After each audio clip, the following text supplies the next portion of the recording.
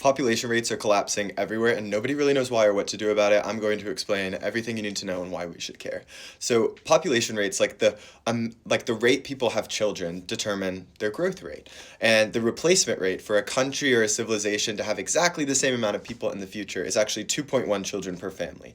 Basically, every Western country is fallen below this, like some to extreme degrees. South Korea is and Japan are like patient zero for this crisis. They're having less than one child per family. People just don't want to have children. And that happens for a variety of reasons. In a developing nation, the reasons are really clear. We have more access to birth control, there's more medical care, the women are in the workforce. All of those things result in lower birth rates. But really, the number one factor about whether or not you have more children is whether or not you can afford a home at a young age. And that's just not the case in Western nations these days. High interest rates, high home prices, stagnating wages, all of this results in people having fewer children, which ends up being really bad for Western developed nations. Why? Well, because we have huge social safety nets, meaning there are huge pension programs. How do these pension programs, retirement programs, like in America, we guarantee Social Security, Medicare, healthcare for older people. Social Security is like a universal basic income for older people that you pay into. Those programs are funded by there being more young people paying into those systems than old people. And so they only work as long as there are more young people paying into them as the elderly people who are taking care of them. And so we're met with this double-edged sword. There are fewer young people, increasingly fewer young people working, and people live longer and longer. And so these systems have this huge deficit in coming years because we're having fewer children.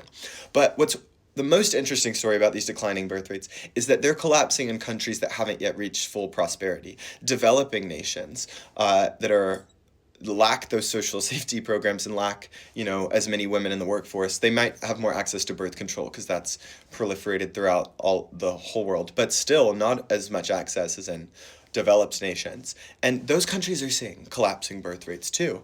That's bad for those countries for different reasons. One, young people typically drive economic growth. Those are the people working, starting businesses, creating innovation, because they can take risk. You can't take as many risks once you have a family dependent on you.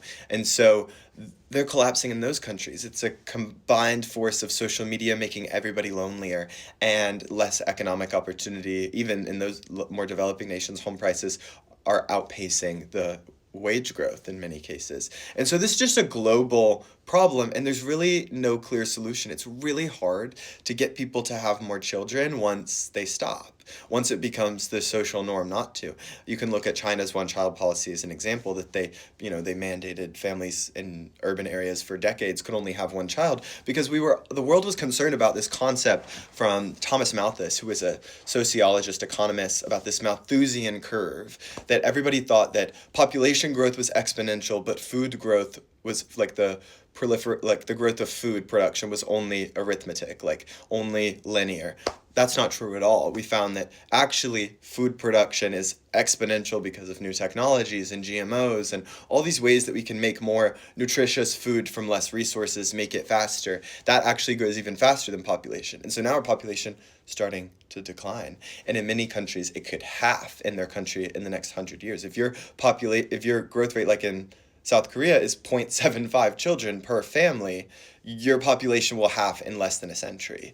And so that results in all kinds of devastating economic impacts. And it's one of the number one global geopolitical concerns that the world faces without a solution.